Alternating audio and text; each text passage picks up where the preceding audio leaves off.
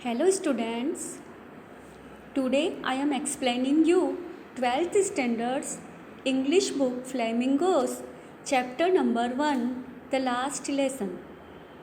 आज मैं आपको आपके 12th स्टैंडर्ड की फ्लैमिंगो बुक का chapter number 1 last lesson explain कर रही हूँ, जिसके ऑथर है अल्फोंसे डॉबेट। अब इसके टॉपिक्स जो है वो मैं आपको सबसे पहले एक्सप्लेन करूँगी about the author, introduction of author, background.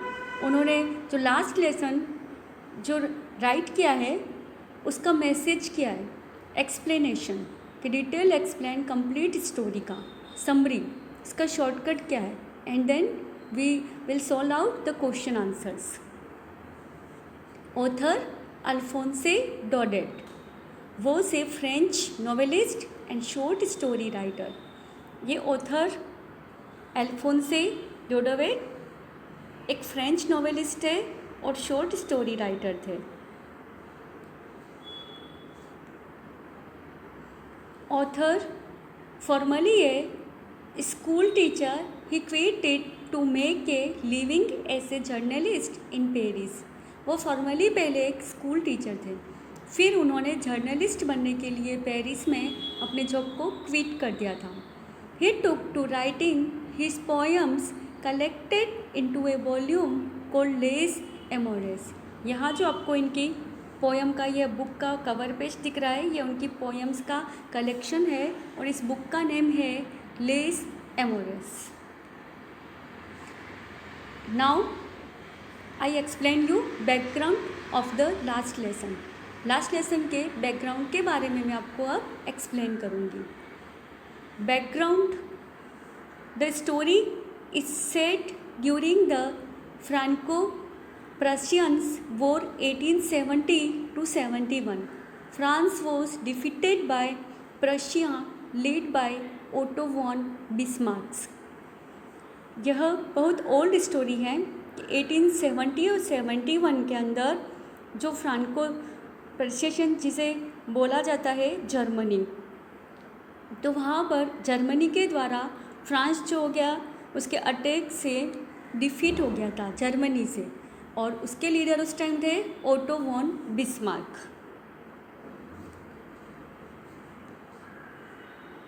Auto von Bismarck. Now background, French districts of Alsace and Lorraine was occupied by Germany, Prussia, and Germany language and not French would be taught in school of Alsace। जब जो district एल्सिया और लोरेनिस जो थे France के, ये France के 2 district थे, एल्सेन and लोरेन। उस टाइम जो जर्मनी थी उसे प्रशिया नाम से जाना जाता था। तो ये दोनों डिफीट हो गए थे जर्मनी से, तो जर्मन जो लोगों ने वहाँ पर अपना एम्पायर ला दिया था, तो वे लोग चाहते थे कि फ्रेंच में इन दोनों डिस्ट्रिक्ट्स के अंदर फ्रेंच लैंग्वेज नहीं बोली जाए और स्कूल में भी यह अलाउ नहीं हो। यहाँ मैप में भी देखिए ये दोनों डिस्ट्रिक्ट इस तरह से शो किए हुए हैं। This story is of a young boy, France. He tells us about his French teacher, Mr. Hamel's last lesson in their school. Now French would no longer be taught in their school। यह story जो है वो young boy जिसका नाम था French, उसके बारे में है कि जब जर्मन लोगों ने फ्रांस के ऊपर अटैक किया था, उसके 2 डिस्ट्रिक्ट अंडर में ले लिए थे, तो वहाँ पर उन्होंने जर्मन लैंग्वेज को ही वहाँ पर फॉलो करने के लिए बोला था स्कूल्स में। और जो फ्रेंच टीचर्स थे तो वहाँ पर जब जर्मन लैंग्वेज अप्लाई होने वाली थी, तो उन्होंने स्कूल में उस दिन अपना लास्ट लेसन स्टूडेंट्स के सामने किस तरह से दिया था कि वो अब ज़्यादा टाइम तक फ्रेंच लैंग्वेज को वहाँ पर नहीं पढ़ाएंगे। तो इस तरह से यह स्टोरी यंग बॉय फ्रेंच के आसपास घूमती है। as French is their mother tongue. Mr. Hamel tells them the importance of it. He asks them to guard it as being close to one's language is the key to escape from the prison of slavery. French जो है वह उन लोगों की mother tongue थी, French के लोगों की मदर टंग थी फ्रेंच। यहाँ पर ये टीचर अपने स्टूडेंट्स को उनका लास्ट लेसन जो था वह एक्सप्लेन कर रहे कि उनका स्कूल में उस दिन लास्ट डे था और मिस्टर हेमल्स उनका नाम था उन टीचर का, और वह एक इम्पोर्टेंट लेसन बच्चों को टीच कर रहे हैं। वो बोल रहे हैं कि हमें अपने आप को बचाने के लिए सबसे पहले हमारी लैंग्वेज को बचाना होता है, जिससे हम दूसरों की गुलामी नहीं कर सके। The theme of the story is the pain that is inflicted on the people of territory by its conquerors by taking away the right to study or speak their own language. It also tells about the attitudes of students and teachers towards learning and teaching respectively. यहाँ जो story का theme है वो बहुत painful है। क्यों painful है? क्योंकि वहाँ पर जिन लोगों की कंट्री थी उन्हीं की लैंग्वेज को वहाँ पर ट्रीट किया जा रहा था। हर एक इंसान को अपनी कंट्री में अपनी लैंग्वेज को स्पीक करने का, अपनी मदर टंग को सबसे पहले प्रीफर देने का एक राइट होता है। लेकिन यह चीज़ जो है स्टूडेंट्स के एटीट्यूड्स को भी शो करती है कि लास्ट लेसन यह बता रहा है कि अब तक स्टूडेंट्स ने जितने भी लेसन्स थे उन्हें सिखाया गया टीचर से, उसके ऊपर वो अटेंशन नहीं रखते थे। लेकिन ये लास्ट लेसन है तो धीरे धीरे यह भी उनके हाथ से निकल नहीं जाए, और टीचर्स जो टीचिंग करते हैं उनका भी वह रेस्पेक्ट करें, और टीचर्स को भी ऑनेस्टी से बच्चों को इस तरह से टीच करना चाहिए कि उनका लास्ट लेसन कभी भी लास्ट लेसन बन के नहीं रहे। और स्टूडेंट्स की भी लर्निंग इस तरह से होनी चाहिए कि उनकी वह लर्निंग लास्ट लेसन तक फिनिश नहीं हो जाए, वह स्टार्टिंग से सब कुछ एक्सेप्ट करते रहे।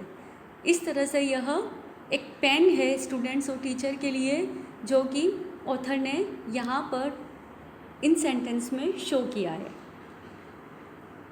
Now explanation of the last lesson. Last lesson start करते हैं इसकी स्टोरी से। I started for school very late that morning and was in great dread of a scolding, especially because Mr. Hamel had said that he would caution us on participles and I did not know the first word about them. यहाँ पर आई का means है, जो author I represent कर रहे कौन? France. वो जो फ्रेंच नाम के स्टूडेंट थे वह यहाँ पर रिप्रेजेंट कर रहे अपने सेंटेंस को कि उस दिन मैं स्कूल के लिए मॉर्निंग में लेट हो गया था और मैं बहुत ज़्यादा ड्रेड ऑफ हो रहा था। Dread of means fear of, वह डर रहे थे। और किसके लिए? क्योंकि उनके जो टीचर थे मिस्टर हेमेल, उन्होंने उनको एक लेसन दिया था पार्टिसिपल्स के बारे में क्वेश्चन प्रिपेयर करना। पार्टिसिपल्स जो होता है यह इंग्लिश ग्रामर का एक पार्ट है जिसका लेसन करने को उन्होंने स्टूडेंट्स को दिया था।